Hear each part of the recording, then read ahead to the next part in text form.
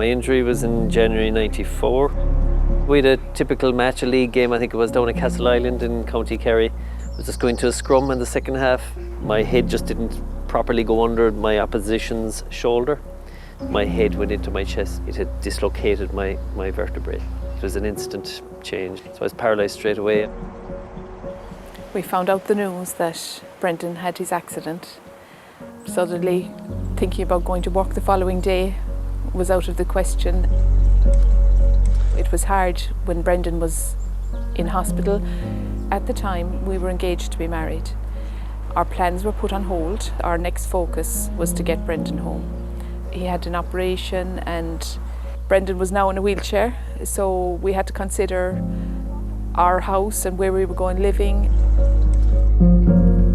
Well, shortly after Brendan's accident, the members of the Mallow Rugby Club decided that we'd set up a trust. We contacted the IRFU and the Charitable Trust section. A proper formal trust was set up. He surprised us all by his resilience. That was really encouraging to us, and at the same time we were concerned that maybe we hadn't raised enough money, but always knew that the Charitable Trust was there to back us up.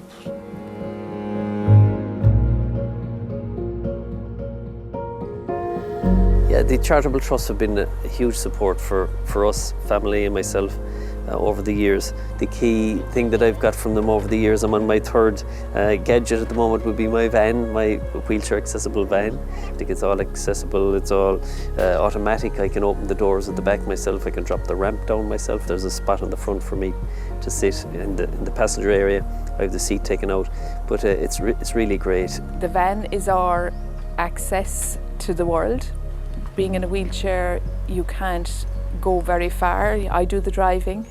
Brendan is the co-driver, tells me where to go. And without the van, we would be stuck at home. It's fantastic for that to be sponsored by the IRFU Charitable Trust. We both played rugby from a young age. Both played with the Mallow junior sides, and our kids play as well. It's the game we all love.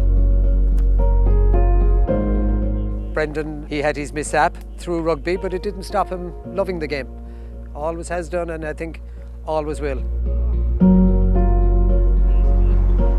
Being involved in rugby and it's almost like a family, a community thing, and that is a key support to me, key part of my life.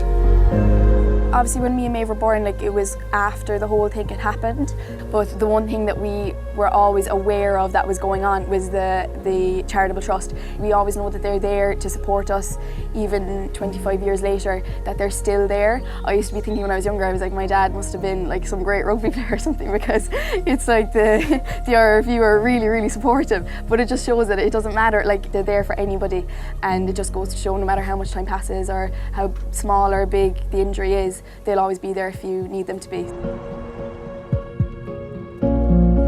They're always offering advice and support for Brendan in his needs. The commitment that they give is fantastic.